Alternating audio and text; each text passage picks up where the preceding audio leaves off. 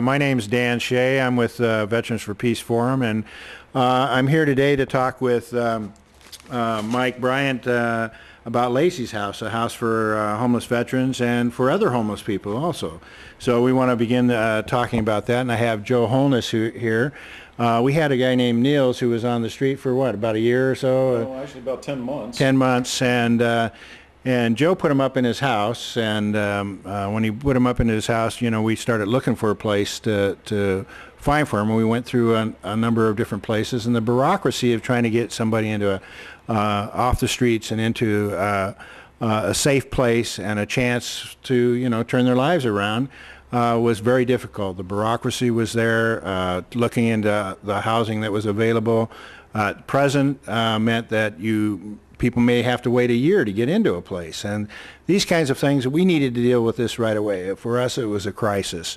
And so what I wanted to do is we found somehow, you know, through one of our service providers, my therapist actually, Linda Roddering, at the Vet Center off of Sandy, recommended this place. And so Joe called them up and got Niels into the program. And we also had, you know, we had to come up with like $400 to get him into the program. And there's another organization called St. Luke's Veterans Bridge Fund, which I had known about, and they'd helped me with somebody before. And they worked out to get the money so that we can get him in the program. But I wanted to come out here and talk to Mike about how this program got started. So Mike, tell us a little bit how you got started with Laceys House and how many people you're putting up and why veterans. Well, thank you very much. Laceys House is a passion of my wife and I. We are currently housing 12 men. We are working on opening another 10 to 12 beds here in the next 2 weeks. We are currently housing 3 homeless U.S. veterans, and about 7 of their family members or other men that have been on the streets that were homeless at this time too. We are focusing on the amount of homeless veterans that are on the street right now in Washington County, and it has brought attention to the fact that there needs to be more housing for them. My wife and I got started in this due to the fact that my father-in-law is a disabled vet, and he has brought to my attention the fact that we have a huge need for the community to come together and really hold their hand out right now and help these guys. On top of the fact that the weather's cold for the wintertime, we have guys that just don't feel safe in our community right now, and it has nothing to do with anything more than the fact that they have post-traumatic stress, and they just don't realize it, and they don't feel comfortable around the people in town. And so what we've done is we've opened up a program that brings them back into a family setting. It's a work program, so if a guy is able to work, then we can put him back into a work atmosphere within probably the first week that he's there. And it gives a guy a sense of accomplishment because he's taking care of himself now. And we go back to the basics of what really makes a man or a woman feel good, and that's self-esteem. And so we start with self-esteem. And then from there, everything else comes together because we have the connections with the county, we have the connections with the VA hospital, we have connections with you guys, Salvation Army. We're just working with a good group and a good network of people that their whole goal is to take men and women off the street and help them to reintegrate back into society. Let me ask you a couple other things here. One is how long have you been in operation? And you said that, you know, you came together because your father-in-law basically brought that to your attention. And but I mean, one of the things is, how did you get started? I mean, it takes funding to get this. This is a nonprofit organization. I mean, this is, we would like to see more models like this. You've just been, from what I understand, about a year in operation. The other is, when we first came in here, we met Steve, who he had 2 phones in his hand, and he's got a call from one phone saying they needed a couple guys to go to work at a place. Another phone he picks up, and he's got another guy, 3 or 4 guys to get a job. I mean, that's incredible to walk into a place and see something that concrete, that quickly to get somebody work. And takes some sort of, you know, organizing to put that together. So tell us how you got that put together. Okay, so I will turn this. Okay, so we'll do a little bragging. Okay. So, bottom line is that we haven't received any funding at a level of state or federal or county at this time, due to the fact that we're in an awful recession. So my wife and I have put together a plan and a program that we also have a small car dealership, and we took some money and started the first house, and we had all sorts of volunteer help. And when we opened that house, we've made it so that the amount of money that comes in from it makes it so that it almost breaks even now. And with that, we're able to donate all of our time, Steve, Lacey, and I, to that house, which built a reputation with the county, which built a reputation with the community, that we were going to do the correct thing. At that time, the 3 of us sat down and decided the next level was to become a nonprofit. Because at this time we were just open to homeless men and women on the street, and that was about 7 months ago. And we applied to get nonprofit status and focus on the homeless U.S. veteran, because we had looked into some statistics, and that's where we felt like the need needed to be. At the same time, I needed to find something that I could actually feel passionate about. I have my passion stems from the belief system that has been ingrained into my head over 42 years, and that is to take care of me. and so now it was time for me to step back a minute and take a look at what really matters, and that is the future. And it can't be about me anymore, and it needs to be about the future. And the future is making sure that the men and women that fought for us to live the way we live today aren't living out in the forest. They aren't living in the cold. I think it's to open awareness and open the eyes of the community and the people around that these guys need our help. And they're too proud to ask for it. And it's our job and responsibility to do this. And, you know, my father-in-law fought for our country, and he is now a veteran service officer for Washington County. His name is Jim Palmer. I've had many men come into my life and tell me that he saved their life, and they meant it. And I, as a man sitting here today, can tell you that my focus the rest of my life will be about helping these men and helping my father-in-law save their lives. We're very fortunate as Americans to get to live in a warm place every night, and my wife and I have since got great help from the community to get excited about going to the next level.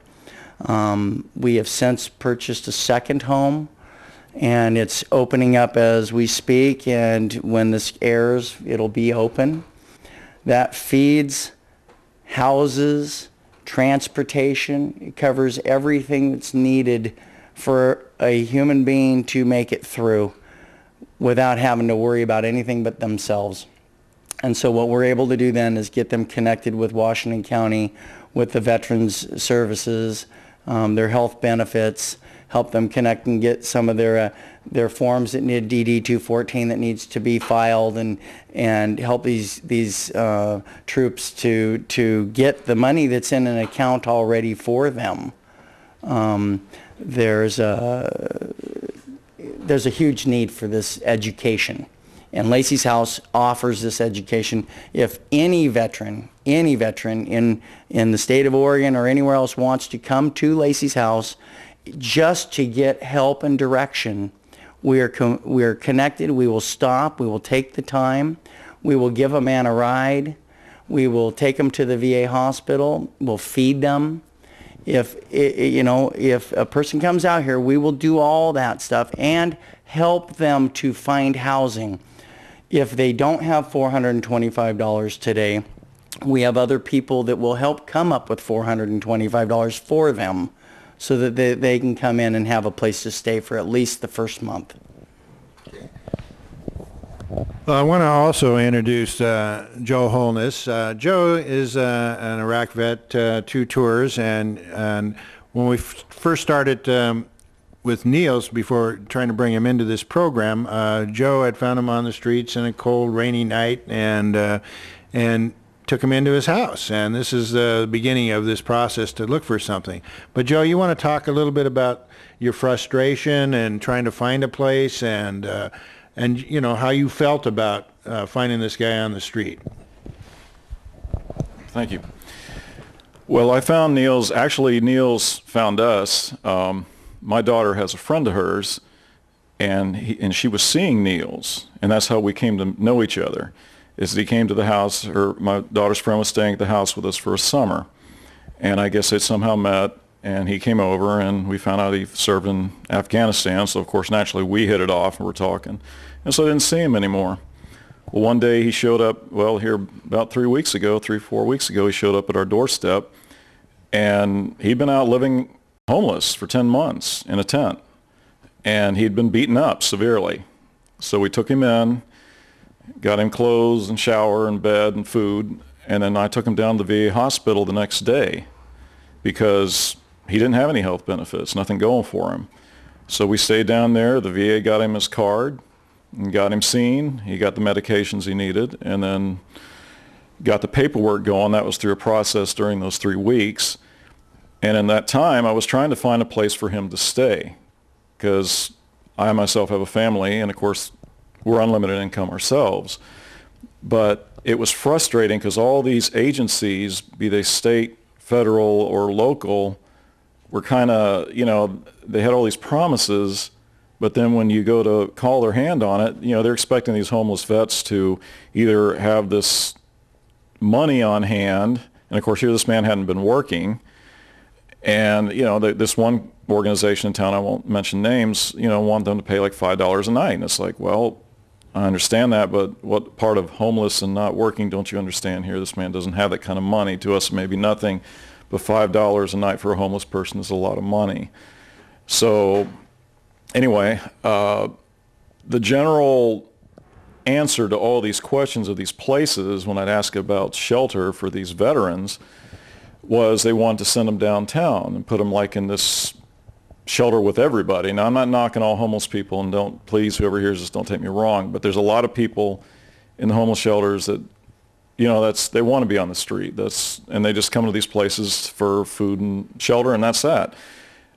Honestly, as a combat veteran myself, I found it very disrespectful and insulting that these organizations were wanting to take this man who served 15 months at combat tour in Afghanistan and put him in there with a bunch of people that, could care less about life. These aren't disposable citizens. Nobody really is, but, these veterans were asked to do a job. We all were asked to do a job, and we sacrificed a lot. Some people sacrificed the ultimate.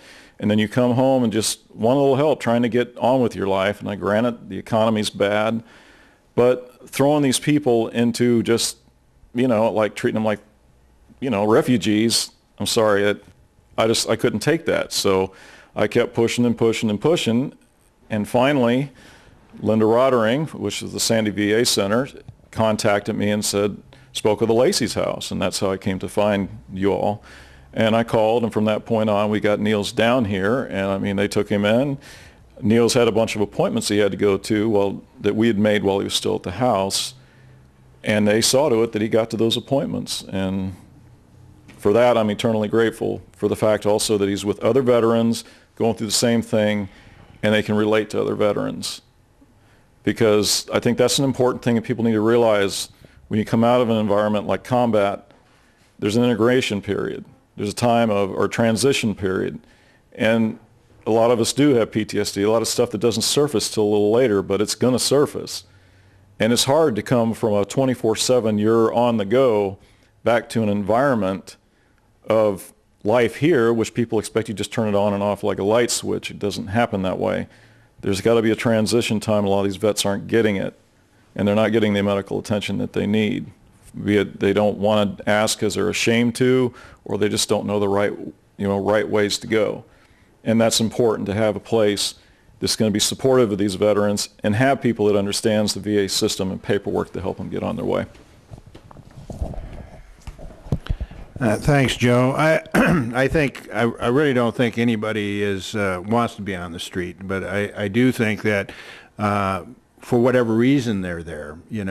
Well, I know that in the past too, we had people who had mental problems, and hospitals put people out on the street, and they don't know any other way. And there's people that are just disassociated and disconnected from life and their families, and it makes it difficult. But I do think that one thing that happens to a lot of vets is they can't be around a lot of stimulus. They can't be around the noise and the hustle and bustle of the city. Many vets I know, want to be isolated. They move out in the far edges and the corners of society. And for me, I'm a city boy. I love being in the city. I have no problem. I know, Joe, you can't be around the traffic, and you were around swamp country. But the main thing is that we need places everywhere. We need them in the cities, and we need them in the counties. We don't have enough in the counties, and I think, and that's where a lot of vets tend to go. They tend to get away from all the hustle and bustle and try to isolate themselves. But how do we outreach to people? Now, one is meeting and talking to a vet. If you're out there, one thing is to contact any veterans organization, whether it's VFW, Veterans of Foreign Wars, or whether it's Veterans for Peace, or IVAW, Iraqi Veterans Against the War, or the VA system. I know that there are a lot of vets who don't even want to deal with the VA system. I know when I came back from Vietnam, all I want to do is get on with my life. I put the war and all those images somewhere in the back shelf in my mind, and the only thing I went to the VA for was to get my school benefits, and I just had that thing I wanted to do. But for most anything else, I didn't want their medical, I didn't want anything, and I just didn't want to deal with the bureaucracy. I'd had enough of it. And I'm sure that there are people that feel that way. And there's others that have had great experiences and walked right in the VA right off the bat and got the things that they needed. But those are many. We know now that there are 350,000 veterans with post-traumatic stress, another equal amount of people with post-traumatic brain injury. And they don't even know what the problems are that they're having, and because there's been a real physical attack on their brain, and people don't recognize that they have problems or being even misdiagnosed. And if we can get them into the hospital or get the help they need, and if families who see their own member of their family, a husband, a wife, a brother or sister that come back from the war, and they just think that they have problems with the drinking and drugs or whatever it might be, they've got to learn to realize, if you have a family member out there, that there's other things that are going on. And if you can get them to talk to a vet, and those vets can give them and provide them with some information, or now that you have a resource, to find out. One thing is you have a website, Mike, and you want to talk to them how people can contact you and where to look? Absolutely. Thank you again. And if people go to our website, it's at www.laceyshouse, and that's plural, .com. And on that website, you will find a little bit about us. You'll find a way to donate to us. If you're interested, we do have a bank account that is set up at Wells Fargo under Laceys House for homeless U.S. veterans. And they would be more than happy to help you there. If not, if you have any kind of bedding or beds or dressers, right now we're, anything donated like that, we're great need and we're super appreciative. I wanted to point out too, to comment to one of the things that you had said, is that one of the things that Laceys House are really, if the foundation is based around, is the fact that we're a family. We're on one team. We're on our team. The veteran, the human life, the rights, the opportunity to have choices, and we just, Lacey and I both have a huge family background, that we believe family, you need to love each other, and that's what makes it work. And so these veterans that are coming in to see us so far, we love them. They gave their life for us, and so it's super easy for me to love them. And so now when I point out the fact that we love them, they're still human and they don't always do what we want. But they want to be loved back, and when they're loved back, it's healthy. And they want to get better. They want to help the next guy.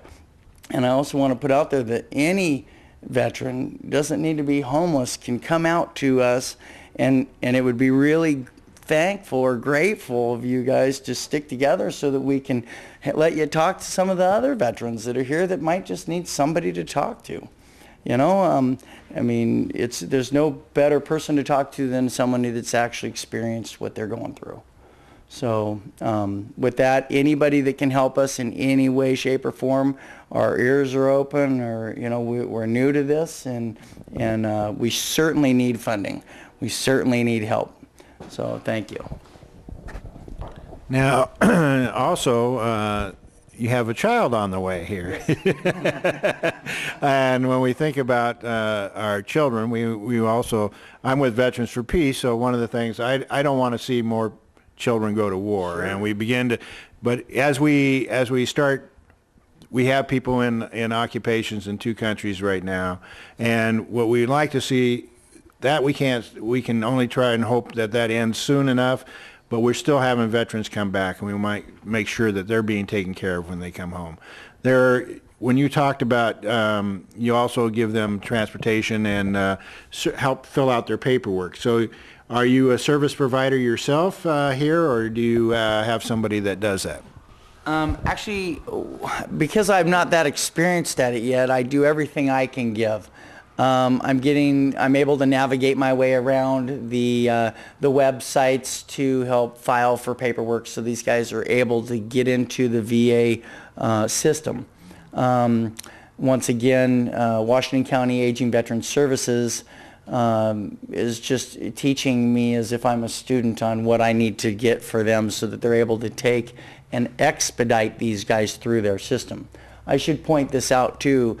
The group of people that are supporting us right now, because we all do what we say we'll do, and we show up on time, and we make sure we hit the appointments, they expedite stuff and make sure that we're getting these guys in right away, because they understand how important it is that these guys get their benefits and they get their health benefits. And so, if these appointments, when they're given, they have to be there on time, or they don't get as easy a second chance. And because these guys are so busy. But it's if you come into Laceys House, we'll sit down with you, we'll help you get your paperwork started, and as soon as we get to the next level, we will send you to an outside resource to go to whatever counseling or whatever medical attention you need to have at that point. when you're talking about taking these guys up to VA, of course you have Laceys' father, who's a service provider, so he has experience. And that's another thing that people need to know is that service providers are out there. And when we say that, what we're talking about, there are people that have been certified to help you fill out the paperwork. So one of the most difficult things for me, I mean, I can help other people, I can fill out paperwork for other people, but when it comes to myself, Sure. I freeze up. I cannot handle it. And when they put a VA paperwork in front of me, I can't get started. I just cannot work on it. So I had to go to a service provider who's through Multnomah County. I just talk to her, and she writes down the information. We go through, which can help me get through my filing my paperwork. And that's one of the things that I don't know if everybody feels has the same sort of problem, but I cannot put my hand on that paper. For some reason, I just cannot do it. And there are service providers out there, and I didn't even know that. I didn't know those were available just a year ago, you know. And I'm a Vietnam veteran, so and a victim of Agent Orange, you know. And I lost a child because of Agent Orange-related abnormalities.